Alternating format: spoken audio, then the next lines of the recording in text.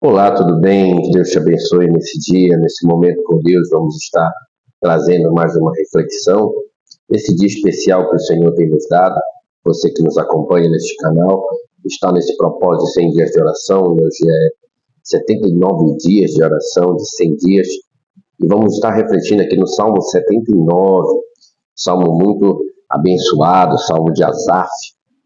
E aqui, no início, eu já leio o verso 1 com vocês, compartilhando, dizendo o seguinte: Ó Deus, nações invadiram a tua herança, profanaram o teu templo, reduziram Jerusalém a ruínas. Então, o Salmo 79, aqui nas anotações que eu fiz meditando, escrita por Asaf, descendente da escola de Asaf, um descendente da escola de Asaf.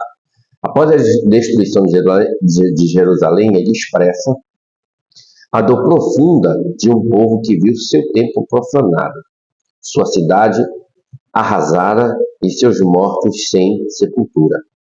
Este salmo traz à tona sofrimento coletivo diante do juízo de Deus, mas também um clamor por misericórdia, justiça e restauração.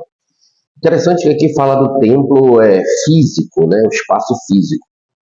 Trazendo para os nossos dias, e eu quero fazer uma reflexão aqui com você, hoje a profanação do templo, ele é na pessoa. Se a pessoa ela não realmente seguir aos passos de Jesus, fazer a vontade do Senhor, cumprir a palavra ali conforme tem aprendido diariamente, a pessoa está profanando o templo que é o Espírito Santo de Deus, que é a própria pessoa.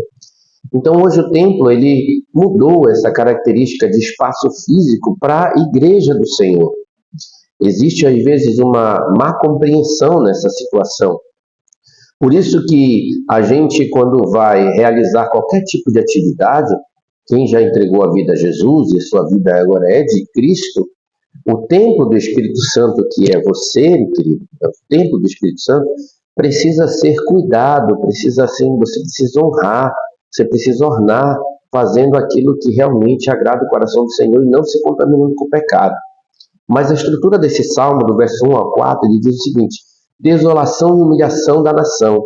Quando a pessoa peca, ela está desonrando e humilhando o templo do Espírito Santo.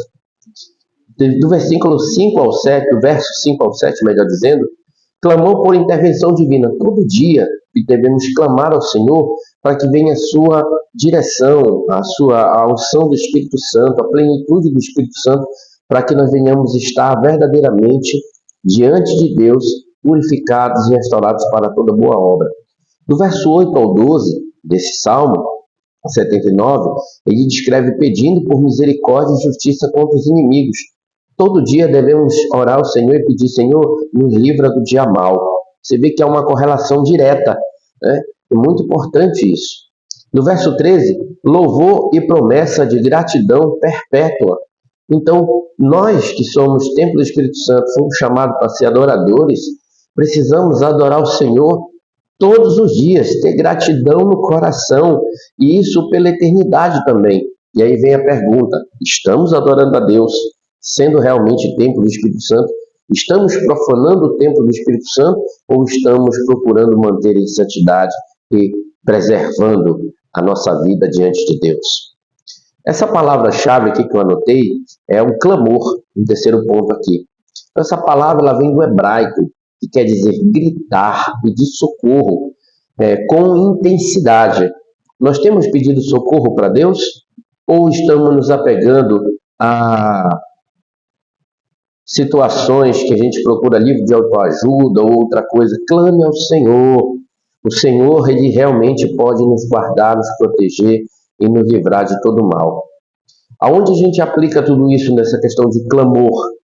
O povo clama aqui, nesse salmo, por urgência diante da dor.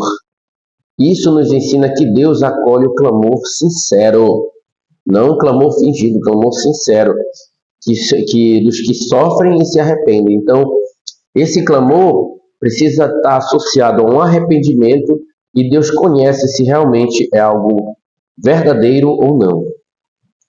E aí vem outra parte importante que eu anotei aqui.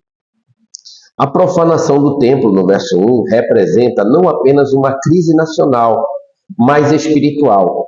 Profanar o templo não representa só uma crise na igreja, mas uma crise espiritual diante de Deus. Os pedidos de justiça do verso 6 e 7 revelam a confiança que Deus não é indiferente ao mal. Então, quando nós realmente pedimos justiça ao Senhor, é algo muito profundo, muito sério.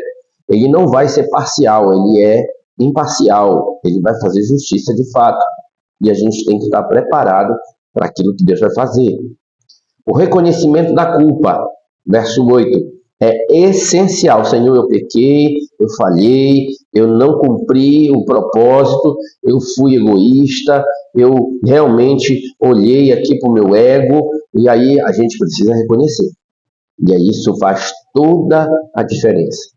Não nos culpe pelos pecados, olha aqui, verso 8, dos nossos antepassados. Apressa-te e venha ao nosso encontro com a tua misericórdia, pois estamos desesperados. Esse é um clamor aqui sincero.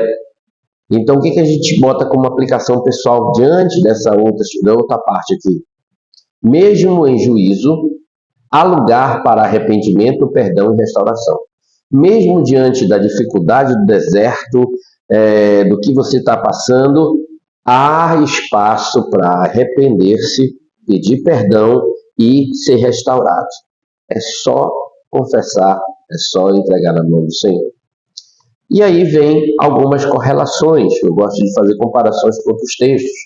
Lá em Lamentações, capítulo 1, verso 1, diz o seguinte: como a cidade solitária está agora desolada, aquele que antes era cheia de gente. Há situações desse tipo. Daniel 9, 4 a 5 fala: ó Senhor, Deus grande e temível, temos pecado e cometido iniquidades. Está mostrando aí a questão do confessar, né, do arrepender. Lucas 19, 41 44 vai descrever: Jesus chora sobre Jerusalém, prevendo a sua destruição futura, um eco do que Asaf viveu. Então vê aí as três situações, né? Questão do sofrimento, questão do arrependimento e a questão da restauração, a questão futura aí também, aí que o Senhor vai fazer uma correlação direta entre o Salmo que Asaf aí escreve e Jesus lá na frente. E aí vem uma pergunta para nós aqui: o que fazemos quando tudo ao nosso redor parece estar em ruínas? E quando tudo parece estar perdido, o que nós fazemos? Murmuramos, reclamamos, perdemos a esperança, mudamos o projeto ou continuamos confiando em Deus, pedindo ali a direção do Senhor e as estratégias para que aquilo se aconteça? Outra pergunta para nós: como reagimos ao juízo de Deus sobre o pecado coletivo? Às vezes a gente fala: não pequei, foi o irmão, pecado coletivo. Senhor, perdoa pelas falhas da igreja, nos perdoa pelo pecado da igreja. Nós fazemos parte do corpo. Então, se nós falhamos, um falha, todos estão ali juntos. Ah, pastor, isso não convém, queridos. O corpo, ele tem que estar bem ajustado. Se não estiver bem ajustado, se não estiver procurando santidade, esse corpo vai estar deficiente espiritualmente. E aí, a consequência, ela é notória. A gente precisa realmente ter um olhar diferenciado. E pedir perdão ao Senhor. E também orar uns pelos outros e cuidar uns dos outros. Temos clamado com arrependimento ou apenas murmurados? Outra pergunta. Será que nós estamos clamando por arrependimento e mudança de vida? Ou a gente se contenta somente em reclamar, murmurar e jogar culpa para os outros? São perguntas que devemos fazer e refletir sobre isso. Estamos confiando na justiça de Deus ou na nossa própria força? Essa pergunta é muito interessante e é para todos nós. E você, está confiando na justiça de Deus ou na sua própria força tentando resolver do seu jeito? E aí vem uma aplicação pessoal e a conclusão. Lamento legítimo. O que é isso? Faz parte da espiritualidade bíblica. Podemos chorar diante de Deus em qualquer momento, em qualquer lugar, em todas as circunstâncias. Deus está sempre pronto a nos ouvir. Arrependimento coletivo é chave para a restauração. Líderes e comunidades devem orar juntos. E hoje uma coisa que muitos da igreja têm perdido, essa essência de orar juntos. Às vezes até sozinho não tem tido esse momento de oração, quanto mais de forma coletiva. Pense sobre isso. É importante a gente estar juntos em oração, buscando ao Senhor.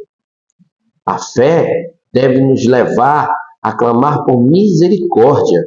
Então a gente precisa clamar ao Senhor por misericórdia. Estamos passando por dificuldades e não desistir de Deus. Devemos realmente clamar: Senhor, tem misericórdia de nós, somos miseráveis, precisamos de Ti. Sem a Tua presença, sem a Tua direção, não conseguiremos êxitos, não conseguiremos romper, não conseguiremos avançar, não teremos direção. É reconhecer que sem Deus não somos nada.